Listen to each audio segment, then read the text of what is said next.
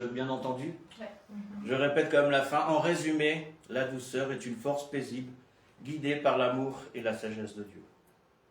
Alors, on commence enfin le message. Où se trouve Dieu? C'est une question.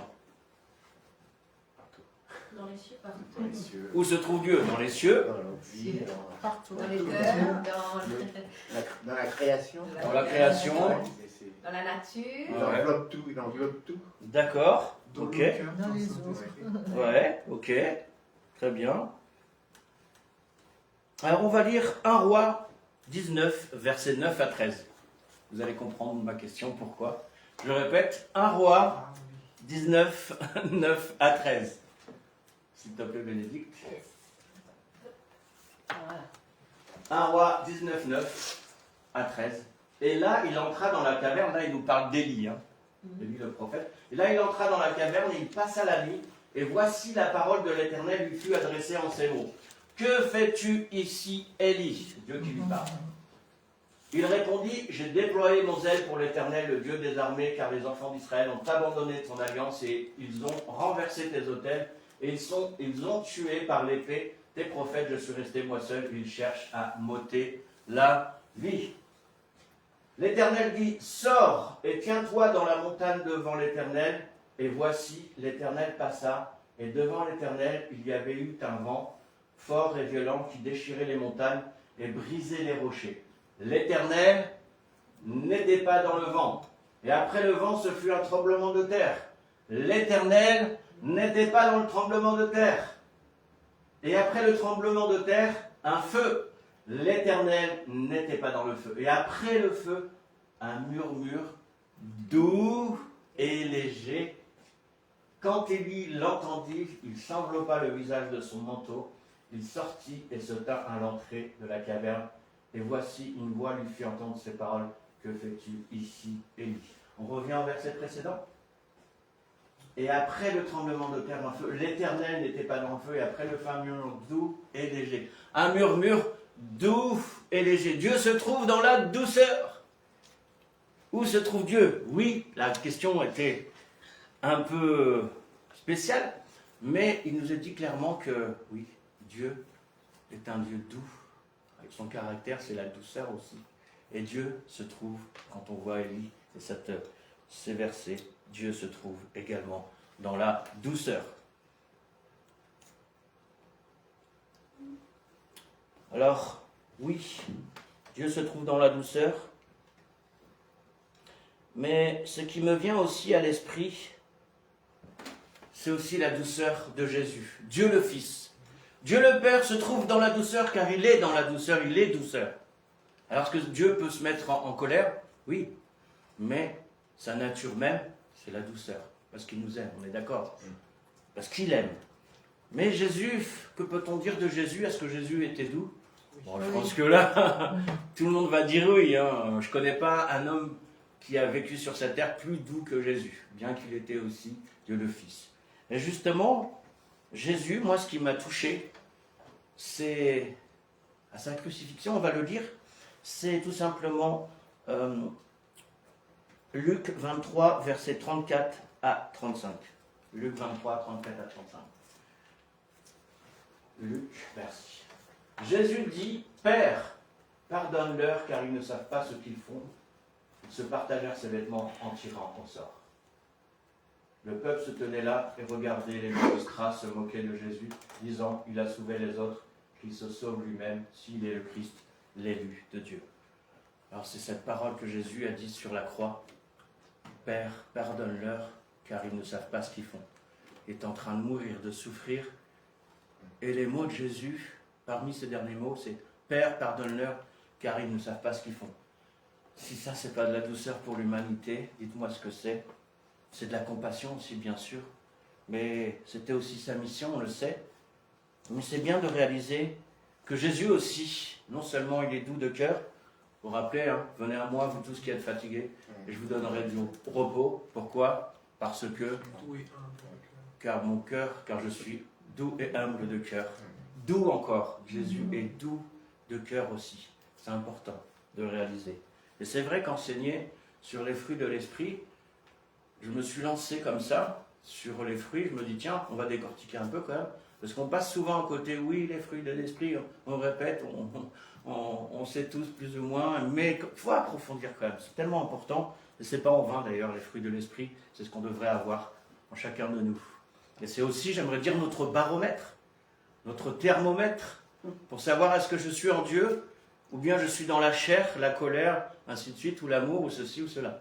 Donc, je continue, toujours sur la douceur, bien sûr. Donc, c'est également ce qui me venait à l'esprit, hein, la douceur dans le monde, les mots de Jésus-Christ, Dieu le Fils, face à tous ceux qui ont participé à sa crucifixion. Vous imaginez, tous ceux qui ont participé à sa crucifixion, Jésus leur dit, ou dit, Père, au Père, pardonne-leur, car ils ne savent pas ce qu'ils font. Waouh. J'avance un peu, le temps passe vite. On a été un peu en retard ce matin. Alors, une autre question me vint aussi à l'esprit, c'est pourquoi je devrais être doux envers ceux qui me veulent du mal? C'est une question encore. Pourquoi je devrais être doux envers ceux qui me font du mal? Après tout, est-ce que c'est juste? Bon, ok, notre modèle c'est Jésus. Tendre l'autre joue. Bon, on ne va pas parler de ça aujourd'hui, tendre l'autre joue, mais en tout cas, c'est une question. Pourquoi je devrais être doux envers ceux qui me veulent du mal? En étant disciple, on doit proclamer l'amour. Oui, c'est juste. C'est comme ça qu'on aussi. reconnaître. Aussi. Alors pourquoi on devrait être doux envers ceux qui nous veulent du mal ou qui nous font du mal? Enfin, excusez-moi, plutôt qui nous veulent du mal. Pour leur montrer Christ à travers nous, notre attitude. Oui, aussi, amen. Christ est doux. Christ est doux, bien sûr, on l'a dit. Alors, tout simplement, on va prendre Ephésiens 6, verset 12. Ephésiens 6, verset 12. Car nous n'avons pas à lutter contre la chair et le sang, mais contre les dominations, contre les autorités, contre les princes de ce monde de ténèbres, contre les esprits méchants dans les lieux célestes. Waouh. Je répète, la question, vous vous rappelez? Hein? Pourquoi je devrais être doux envers ceux qui me veulent du mal? Ephésiens 6, 12. Car nous n'avons pas à lutter contre la chair et le sang, mais contre les dominations, contre les autorités, contre les princes de ce monde de ténèbres, contre les esprits méchants dans les lieux célestes. Est-ce qu'on comprend un peu mieux là? Oui. Pourquoi je devrais me montrer doux envers ceux qui me veulent du mal? Parce qu'ils ne connaissent pas Dieu déjà. Mais encore mieux, dans ce verset, il nous dit quelque chose, en Ephésiens 6, 12, parce que les gens ne connaissent pas la méchanceté spirituelle démoniaque qui agit dans ce monde. Les gens sans Christ ne connaissent pas, je répète, c'est ce que j'ai écrit, parce que les gens ne connaissent pas la méchanceté spirituelle démoniaque qui agit dans ce monde, mais également, ils ne connaissent pas non plus l'amour de Dieu, puisqu'ils sont sans Dieu, sans Christ. Je répète, parce que les gens ne connaissent pas la méchanceté spirituelle démoniaque qui agit dans ce monde, mais également ils ne connaissent pas non plus l'amour de Dieu pour eux en Jésus-Christ. L'amour de Dieu pour eux en Jésus-Christ. Et pour cela, on va prendre, que vous connaissez tous, je pense, ce verset, on peut pas même le citer par cœur. Jean 3, 16, versets 16 à 17, pardon. Jean 3, 16, 17. Pourquoi? Car Dieu a tant aimé le monde qu'il a donné son Fils unique, afin que quiconque croit en lui ne périsse pas, mais qu'il ait la vie éternelle. La suite. Car Dieu n'a pas envoyé son Fils dans le monde pour juger le monde, mais pour être sauvé. Ouh, alléluia. Alors oui, pourquoi je devrais être doux envers ceux qui me veulent du mal? Tout simplement, ils ne connaissent pas Dieu. Ils ne connaissent pas ce monde spirituel, par ce que je viens de dire depuis tout à l'heure, mais ils ne connaissent pas surtout l'amour de Dieu manifesté en Jésus-Christ, comme Jean 3, 16 nous le dit si bien. Waouh, alléluia. On peut lire aussi 2 Corinthiens 5, verset 17.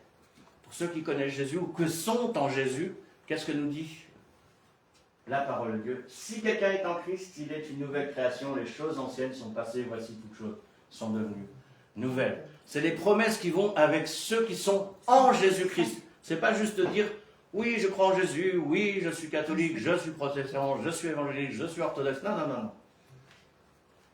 Si quelqu'un est en Christ, il est une nouvelle création, les choses anciennes sont passées, voici toutes choses sont devenues nouvelles. Si quelqu'un est en Christ, c'est déjà une relation en Christ. Ce n'est pas une tradition ou une religion, non. C'est dans l'intimité avec Christ. Waouh, j'avance.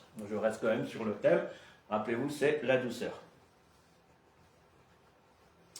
Troisième point maintenant. Promis, ce n'est pas une question.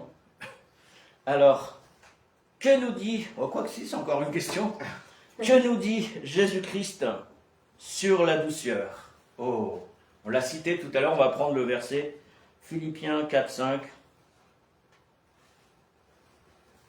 Que votre douceur soit connue de tous les hommes, le Seigneur est proche. Donc, je répète la question, que nous dit Jésus-Christ sur la douceur? Que votre douceur soit connue de tous les hommes. Waouh! Donc, c'est à travers notre témoignage doux que les gens peuvent voir en nous Jésus. Rappelez-vous la question, que nous dit Jésus-Christ sur la douceur? On faut connaître l'amour de Dieu dans notre témoignage de vie, par notre douceur tout simplement, afin d'être vu aussi à l'extérieur. C'est pas je dois être doux juste à la maison avec mes enfants, ceux que j'aime bien, non, vraiment avec tous. Je continue. Et on va clôturer sur le quatrième petit point. Mais là, promis, c'est pas une question, normalement. Alors, la douceur n'est pas un poids à porter, car c'est Christ qui nous porte. Je répète, la douceur n'est pas un poids à porter, car c'est Christ qui nous porte. Matthieu, chapitre 11, versets 28 à 30. Venez à moi, vous tous qui êtes fatigués et chargés, et je vous donnerai du repos. On a cité tout à l'heure. Prenez mon joug sur vous et recevez mes instructions, car je suis doux et humble de cœur, et vous trouverez le repos pour vos âmes. On en a tellement besoin de ce repos pour nos âmes. Oui, oui. On a tellement besoin. Bref, continue. Car mon joug est doux et mon fardeau léger. Encore doux. Car mon joug est doux et mon fardeau léger. Donc la douceur n'est pas un poids à porter, car c'est Christ qui nous le porte. Et c'est lui-même qui dit, venez à moi, vous tous qui êtes fatigués et chargés, et je vous donnerai du repos, car mon joug est doux et léger. Waouh! Waouh! Des fois, même souvent, quand on a des soucis, on oublie souvent de se confier, on oublie souvent, on voit plus nos problèmes que nous avons, que ces paroles qui devraient résonner dans nos cœurs et revenir dans notre esprit. Venez à moi, vous tous qui êtes fatigués et chargés, je vous donnerai du repos. Plus haut, il dit aussi pour notre âme. Beaucoup de maladies viennent quand on est agité à l'intérieur de notre âme. On dit c'est psychologique, c'est pas si faux, mais beaucoup viennent de notre état émotionnel aussi. Et pourquoi? Parce qu'on oublie qu'on n'a pas à porter, mais à le donner à Jésus qui lui porte. Alors oui, je clôturerai juste tout simplement là-dessus. Ça va être court aujourd'hui. La douceur n'est pas un poids à porter, car c'est Christ qui nous porte. Amen. Amen. La douceur se manifeste et se voit dans l'assurance et les épreuves de nos vies, car notre confiance se base sur Christ, plus sur nous-mêmes. Je répète et je clôture avec cette parole. Car notre confiance se base sur Christ, plus sur nous-mêmes, face aux épreuves de la vie. Alors, apprenons à donner nos fardeaux au Seigneur Jésus-Christ. Et comment on fait pour les donner à Jésus-Christ? En priant. Prier, c'est quoi? C'est parler aussi avec Dieu, quelque part. Donc, c'est de lui confier. Mais c'est pas juste dans ton cœur. Mais comme le Seigneur nous dit, va dans ta chambre seul avec ton Dieu ou dans la forêt, moi j'aime bien la forêt à côté de chez nous, et parle à Dieu. Exprime-lui ton ras-le-bol aussi. Exprime-lui tes frustrations. Exprime-lui tes craintes. Exprime-lui aussi, on l'oublie souvent, ta joie. Ça aussi, c'est important d'exprimer sa joie à Dieu. Et rappelez-vous les fruits de l'esprit, c'est le deuxième, la joie. Et souvent les gens ils se trompent, ils mettent en deuxième fruit la paix. Non, c'est le deuxième. Donc rappelez-vous tout simplement les fruits de l'esprit, l'amour, On peut le dire ensemble? Oui. Alors, 1, l'amour, la joie, la paix, la patience, la bonté, bonté, la bienveillance, la foi, foi, la douceur, la douceur, la maîtrise et de le soi. prochain, ce sera dimanche prochain. Le dernier fruit, c'est La maîtrise de soi. maîtrise de soi. Oula, il y a du boulot aussi là-dessus. Hein. Et moi, j'en ai bien besoin aussi. Oula là. Mais Dieu est puissant. Hein. Dieu nous aide à travers justement l'assistance de son Saint-Esprit, ceux qui le veulent et qui lui demandent. Amen. Oui. Alors, que son nom soit béni encore une fois. Et on vous dit à dimanche prochain, enfin, pour clôturer cette série sur le fruit de l'esprit. Que Dieu vous bénisse et à très bientôt. Bye bye.